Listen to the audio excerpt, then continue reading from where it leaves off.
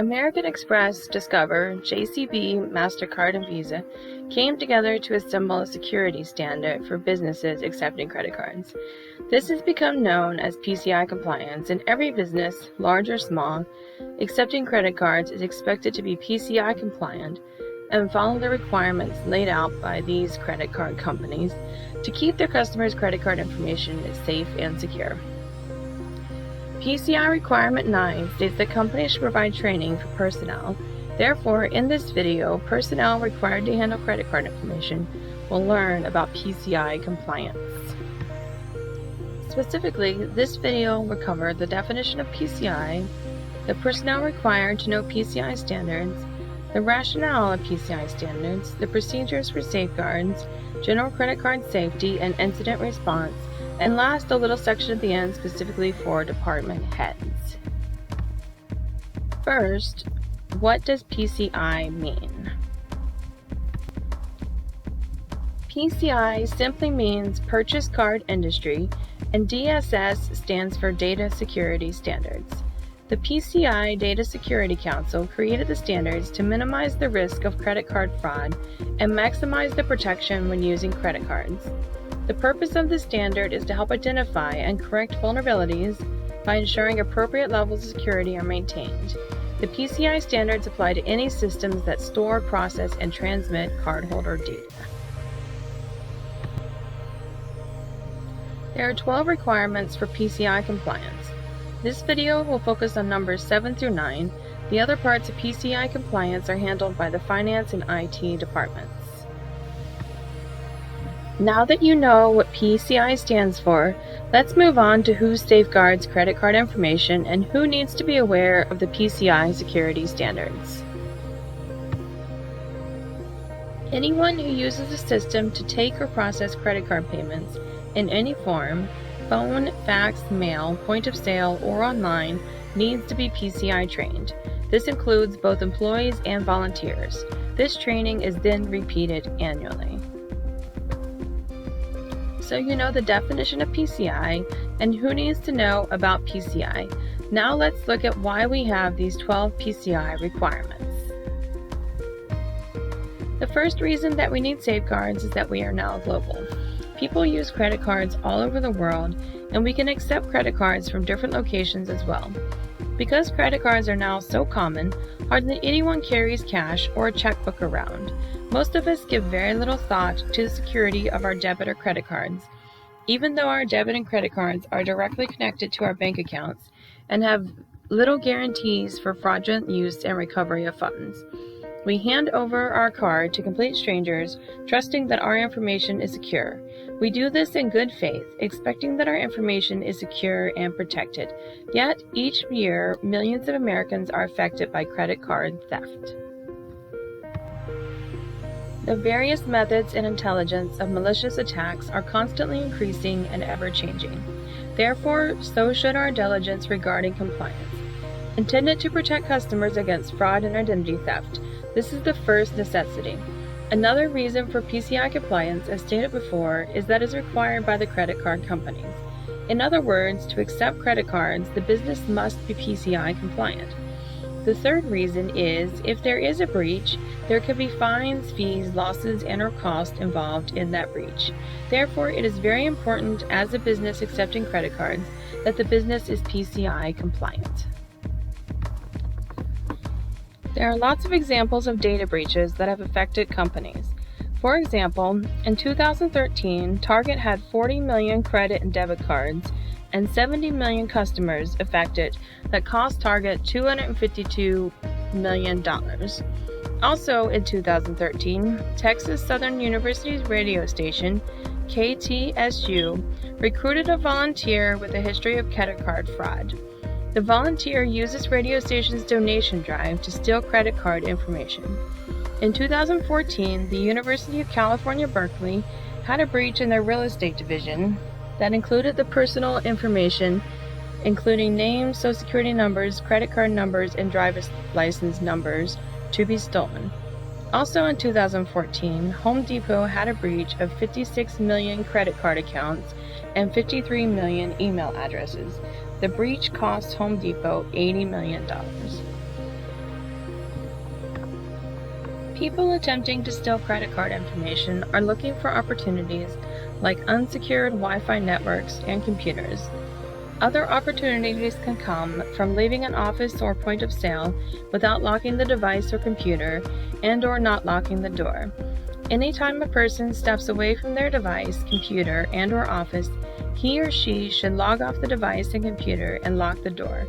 Another opportunity is leaving sensitive information out in the open on paper or an unlocked screen or a password written down in plain sight.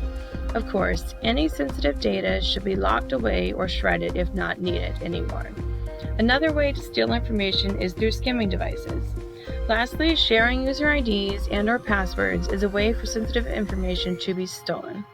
PCI Requirement 8 has a series of requirements for passwords, including assigning all users a unique ID before allowing them to access system components or cardholder data, and not using group, shared, or generic IDs, passwords, or other authentication methods. If a business does have a breach, the consequences can be many. There could be significant fines per incident. A small breach could cost up to and over $1 million in direct cost alone. Direct costs include notifications, hotlines, website, credit monitoring, and fines. Indirect cost includes forensic investigations, system upgrades, employee time, card reissuance, fraud liability, and lawsuits. There could also be increased audit requirements, litigations, and/or sanctions. The company's ability to accept credit card payments could be terminated. There is lost time, staff, and opportunities during the security recovery, as well as loss of the business's reputation. To this point, the definition of PCI, the persons required to maintain and comply to PCI, and the rationale of PCI, as well as the consequences of noncompliance, have been covered. Now let's look at what requirements and awareness are needed to be PCI compliant. To be PCI compliant, a business must have policies, training, awareness, and procedures in place. The policies are summarized in the Credit Card Security Policies for PCI DSS Compliance approved by the board. The IT department handles requirements like firewalls and antivirus software, as well as keeping software updated. The finance department handles compliance training and records. The policies are communicated through training to anyone accepting credit card payments. The training has 3 parts. First, employees and volunteers will watch the video to learn about compliance and how to follow the procedures. Then, employees and volunteers will fill out and sign the form acknowledging that they understand the policies and will follow the procedures. After this, they will be certified for 1 year and will receive the necessary credentials.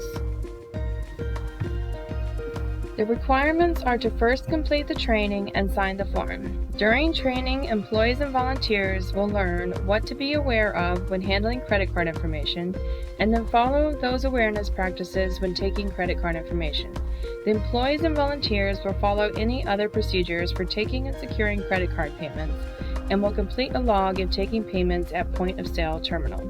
The log checks the point-of-sale location for tampering. Let's take a closer look at awareness of credit card fraud and credit card skimming. First is credit card fraud. When taking a credit card, one should be aware of some of the signs that it is counterfeit. First, the embossing on the card should be legible, and the card should have an expiration date. The expiration date could be either on the front or the back of the card. For cards that have a signature, the signature should match the name, and the name should be spelled correctly. The hologram on the card should be clear and it should move. Last, the 4 major credit cards start with a certain number. All American Express cards start with a 3. All Visa cards start with a 4. All MasterCards start with a 5. All Discover's cards start with a 6. The way to remember this is all 3 volunteers are for making 5 dazzling sixpence. All 3 is for American Express, starting with 3. Volunteers are 4 is for Visa, starting with 4. Making 5 is for MasterCard, starting with 5. Dazzling Sixpence is for Discover, starting with 6. All 3 volunteers are for making 5 Dazzling Sixpence. Allowing Vegetarians Makes No Death, or All Vehicles Make Dirt, also work to show the numeric order of the cards from 3 to 6. Here are some identifying features of American Express.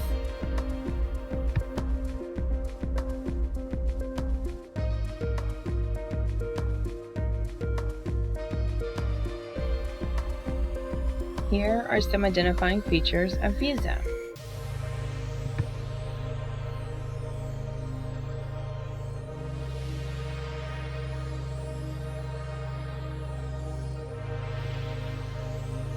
Here are some identifying features of MasterCard.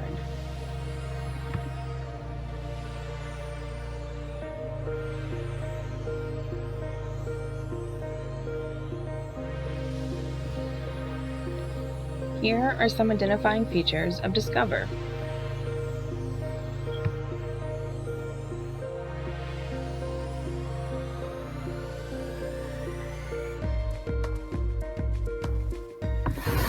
Knowing what a counterfeit card looks like is not the only sign of credit card fraud.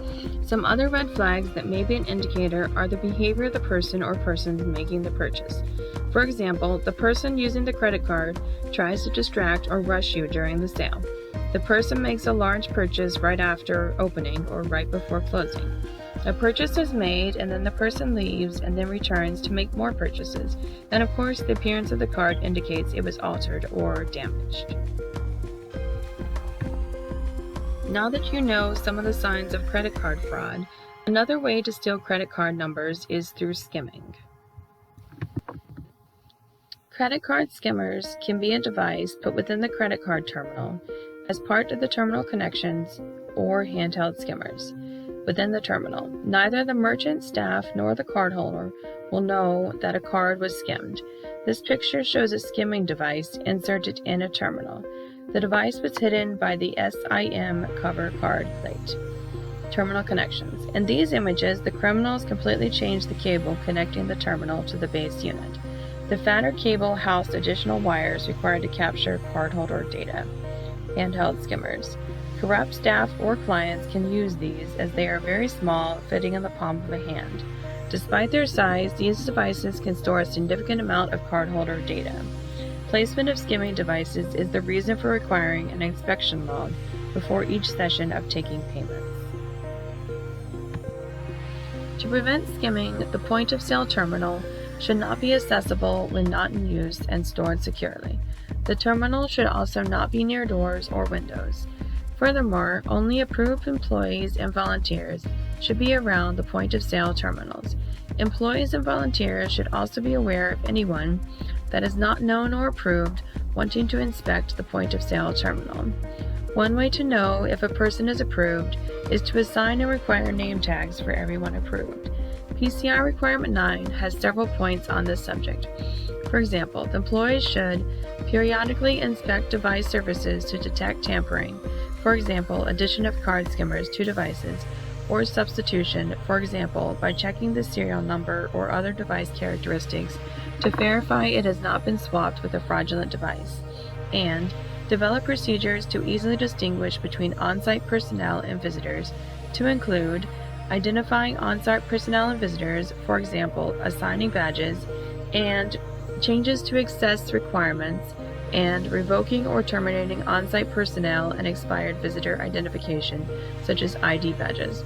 Furthermore, employees should use appropriate facility entry controls to limit and monitor physical access to systems in the cardholder data environment.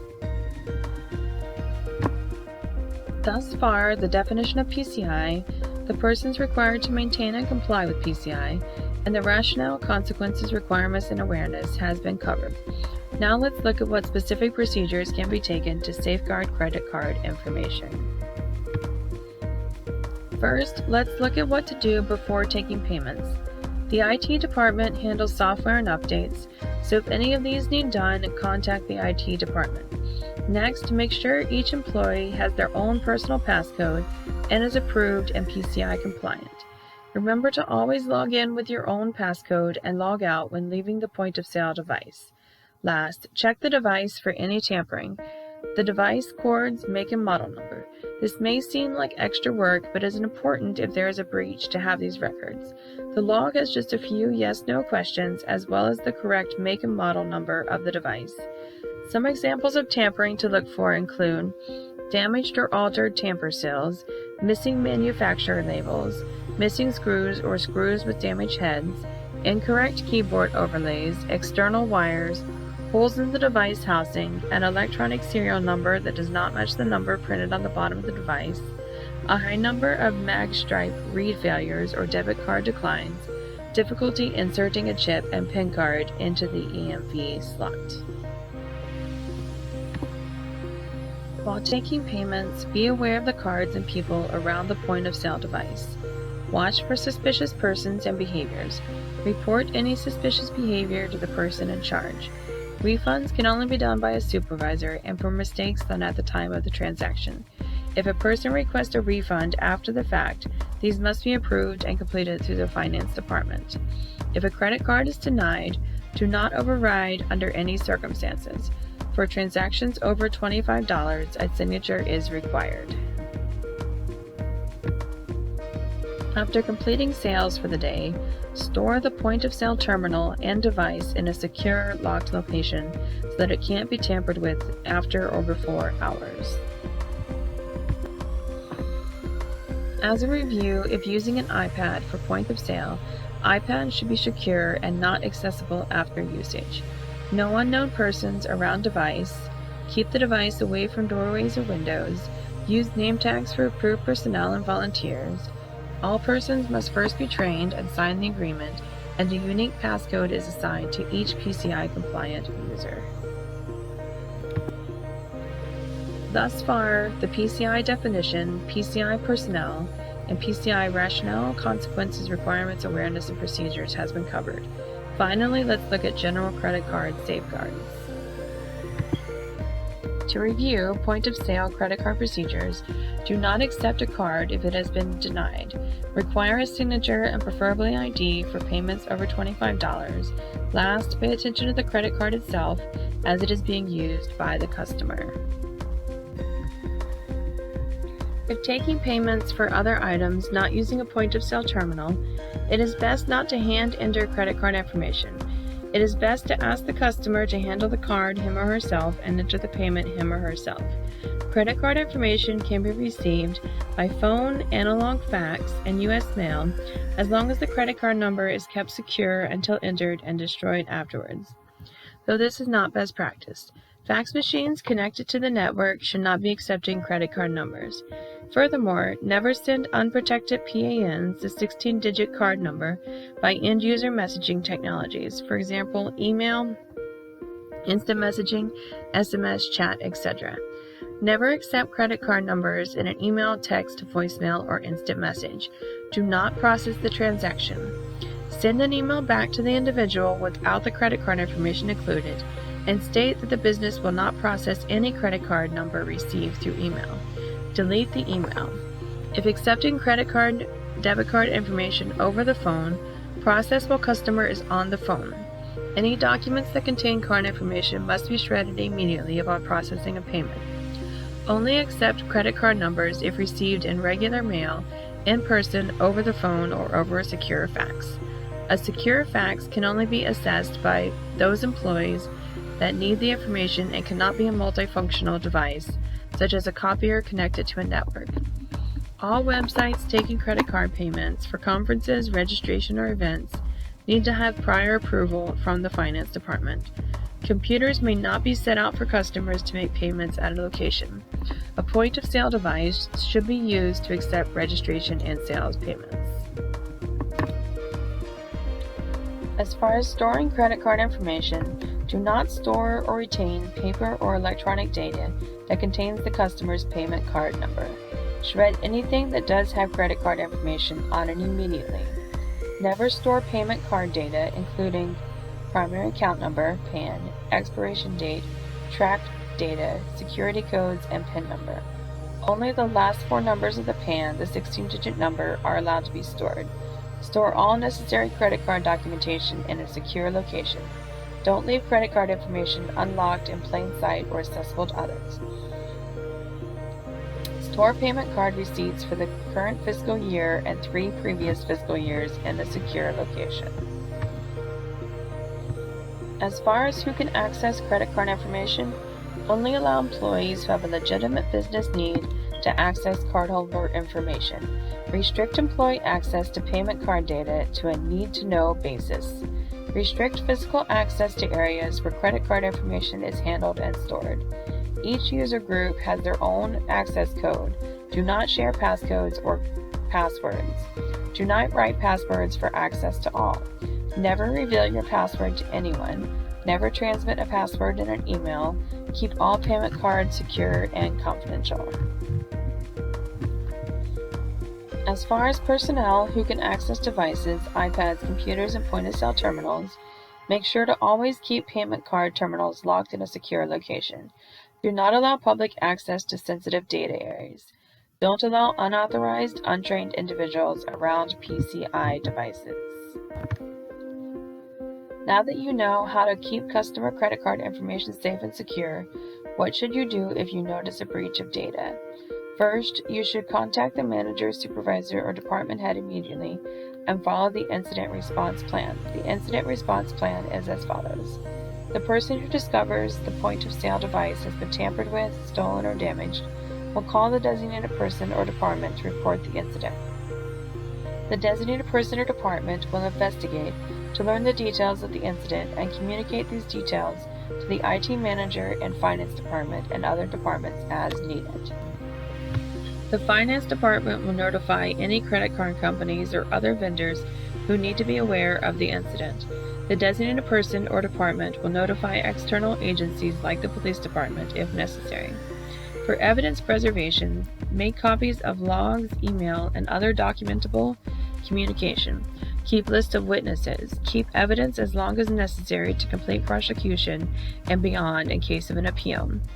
Assess damage and cost. Assess the damage to the organization and estimate both the damage cost and the cost of the containment efforts. Review response and update policies. Plan and take preventative steps so the intrusion can't happen again. In conclusion, remember that you are the first line of defense in protecting a customer's credit card information. When a customer uses a credit card at your business location, he or she is trusting you that their information is secure. If there is a breach or credit card fraud, the violations can be costly, so it is important for an organization and every employee or volunteer in the organization to be PCI compliant and trained. The costliest damage would be to the reputation, as businesses with breaches have lost their reputations and trust with their customers. Congratulations! You have now completed this video training. In this presentation, you have learned the PCI definition, PCI personnel, and PCI rationale, consequences, requirements, awareness, procedures, and credit card safeguards. The final piece of this presentation, just a quick note for department heads and the references used in this presentation. If you're a department head, keep watching. Department heads can help make sure all employees and volunteers are PCI compliant. Remember, PCI Requirement 12 says that a business needs to ensure that security policy procedures clearly define information security responsibilities for all personnel. So following these procedures helps ensure we are PCI compliant as mandated by the credit card companies. If you have new staff or volunteers, ask them to watch this training video and sign the form. Compliance mandates passwords cannot be shared. After each person has completed the training and signed the form, they will be assigned a unique passcode. PCI DSS stands for Payment Cards Industry Data Security Standards and is intended to protect customers against fraud and identify theft. PCI is mandated by the credit card companies, and if we do not follow these standards, the church can be fined as well as receiving bad publicity. The church IT and finance departments oversee PCI compliance. Please see the credit card security policies for PCI DSS Compliance policy for a more complete version of our PCI compliant policies. PCI compliance must be renewed by the church every year. ACAC's renewal date is 1 year from training date. ACAC employees who work with credit cards are required to complete training and review documentation on business processes on a yearly basis.